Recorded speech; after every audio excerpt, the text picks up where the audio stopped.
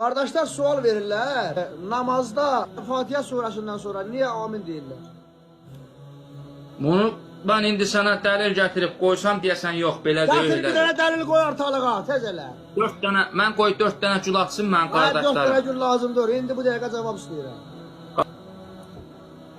Peygamber sallallahu aleyhi ve sellem Bukhari'de bu Müslim'de göre hadisimiz vardır. Allah'ın Resulü Muhammed sallallahu aleyhi ve sellem buyurmuştur ki imam yani namazda imam amin dedikten sonra siz de amin deyin. Kimin amin demesi meleklerin amin demesiyle üst üste düşerse onun geçmiş günahları bağışlanır.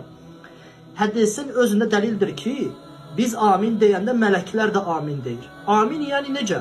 O dua ki var Fatiha suresinde bizi doğru yola ilet. Yani bizi doğru yola yönelt. Sen dua edirsən.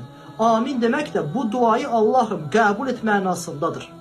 Aldı ki o kardeş derdi ki mənə 4 gül atın. Yani adresini yazsın ona 4 tane gül göndereyim inşallah. Esselamu aleyküm.